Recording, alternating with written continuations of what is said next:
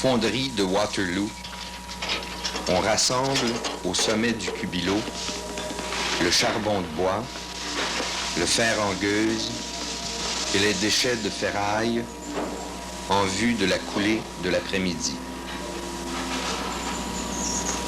Au même moment, on termine la fabrication des moules de sable dans lesquels le métal en fusion prendra forme en se refroidissant.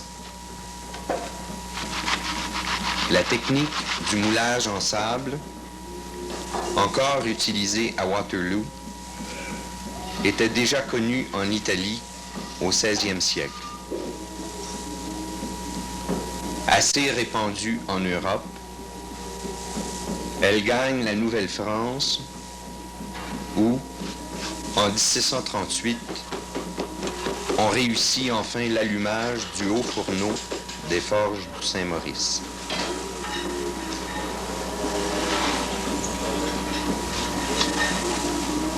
Le travail du mouleur consiste essentiellement à fabriquer un moule à partir du modèle de la pièce désirée.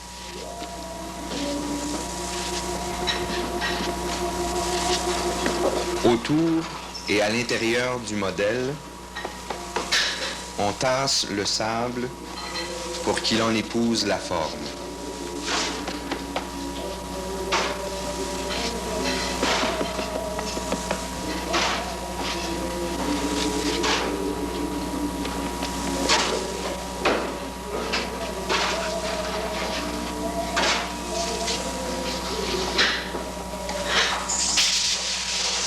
Dans le cas de cette pièce de tuyauterie, le sable est refoulé à l'intérieur du modèle afin d'empêcher le métal de s'y introduire pendant la coulée.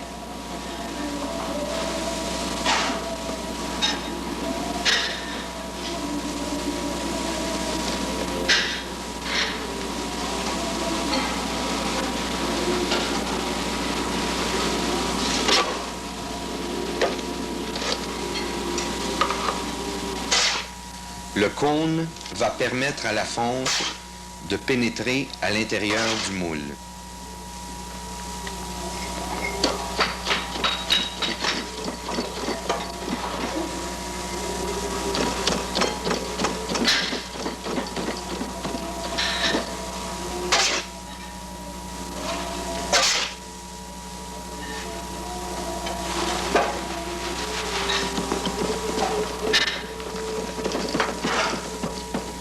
Pour ces opérations, on utilise un sable d'Albanie parce qu'il contient une certaine quantité de glaise.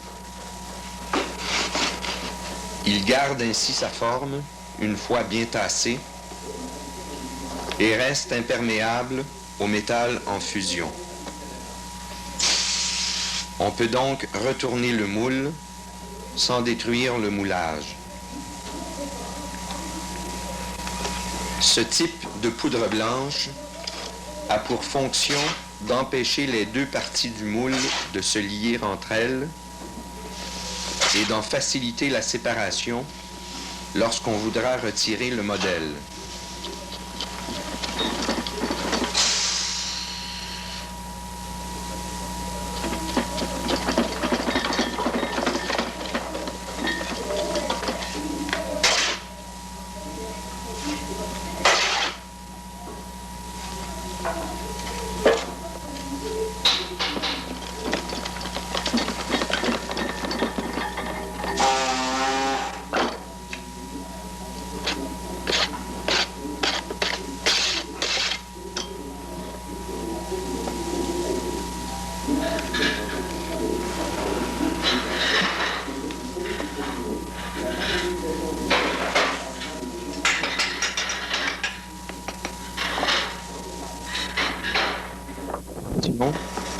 Permettent au gaz de s'échapper sans détruire le moule pendant la coulée.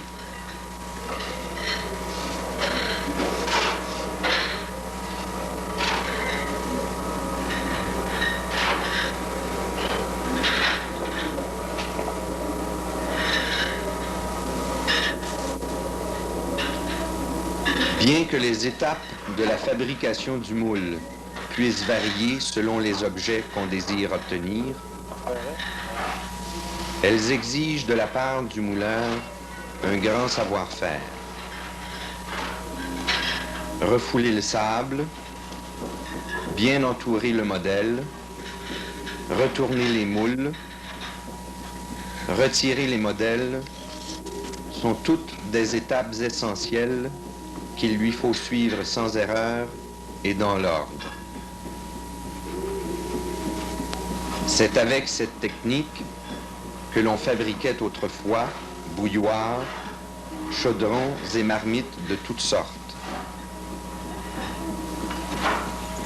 Comparé au travail du forgeron, le moulage du sable, effectué manuellement, permettait d'obtenir un produit fini de qualité plus constante et une production accrue.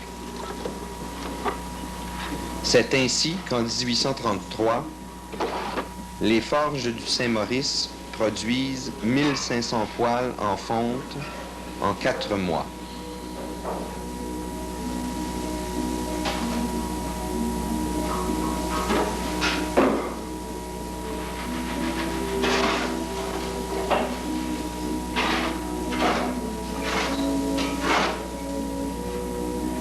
Les moules terminés,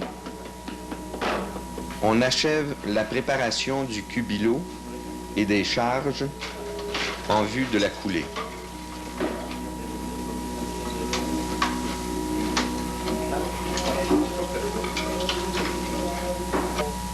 Canette? Il vient taper, mon gars.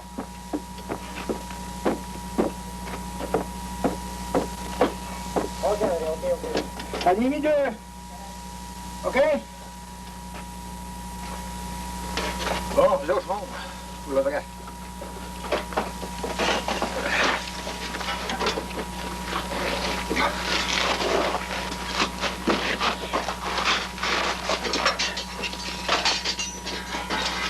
Allez-y, mon ami.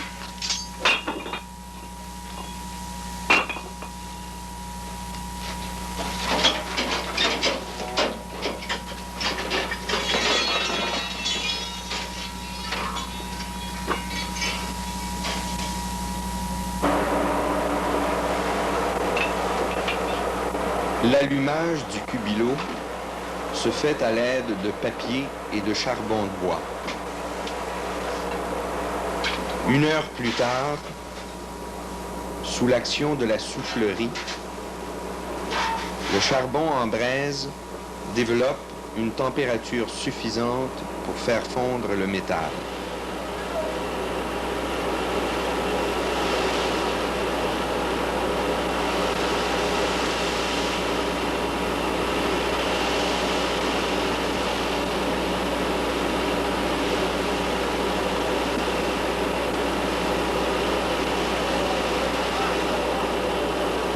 Dans ce cubilo, il faudra à peine 3 minutes pour que les 300 livres de métal de la première charge fondent à une température de 3500 degrés Fahrenheit.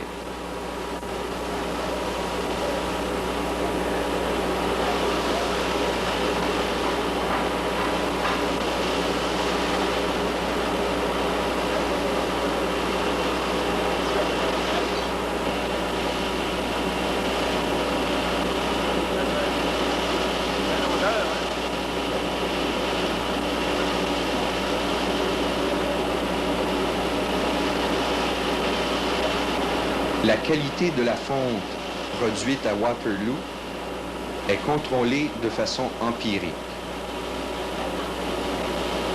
Au haut du cubilo, un homme s'affaire à doser les différentes charges de déchets de fer en gueuse et de charbon de bois. On porte une attention particulière aux débris de métaux pour s'assurer qu'ils ne contiennent pas trop d'éléments indésirables. À la base du cubilo, un autre homme veille à l'ouverture et à la fermeture du bec à intervalles réguliers pour s'assurer d'obtenir une quantité suffisante de métal en fusion. Il transperce d'abord le bec avec une tige de métal. Plus tard, il bouche l'ouverture à l'aide d'une motte de glaise.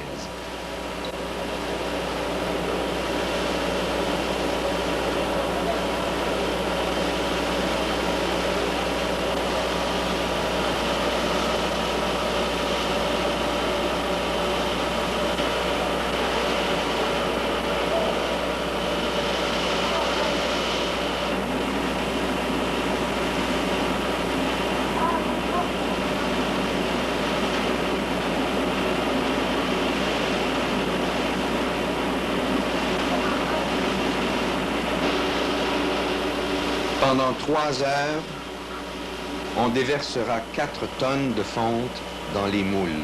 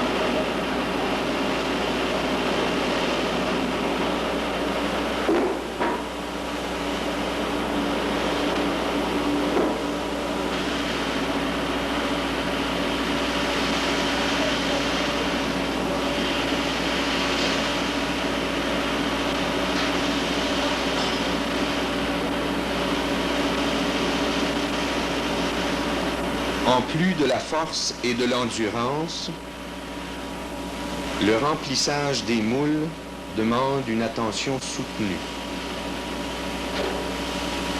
Transporté dans des creusets enduits de glaise, le métal doit être versé à un certain rythme. Versé trop vite, il fera éclater le moule. Versé trop lentement, il fera figer le sable glaiseux.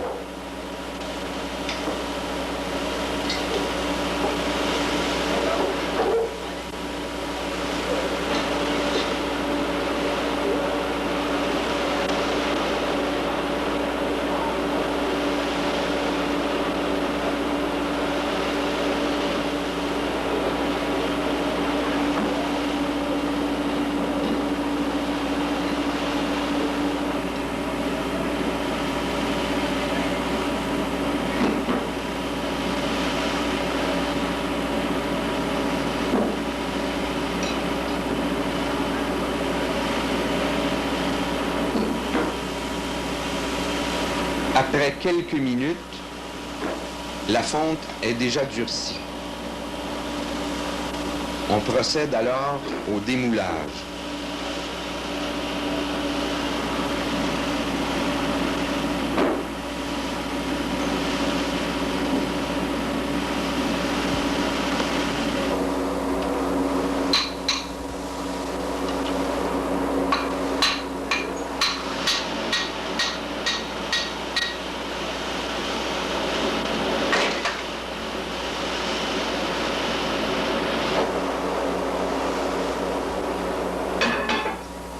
Après chaque coulée, on vide le cubilot par le fond pour le débarrasser des restes de métal avant qu'il ne fige.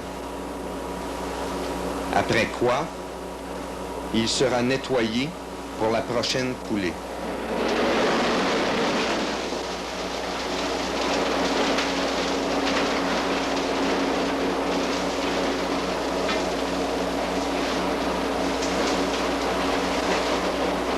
Aujourd'hui, dans plusieurs fonderies, on a modernisé la technique. Une machine prépare le sable et l'achemine au moule. Ceux-ci sont fabriqués mécaniquement alors que la fonte est transportée dans des chariots. À Waterloo, des hommes transportent, à force de bras, le métal en fusion. Ils reprennent les gestes que nous ont transmis les artisans de France et d'Angleterre, ces mêmes gestes qu'on pratiquait aux forges du Saint-Maurice.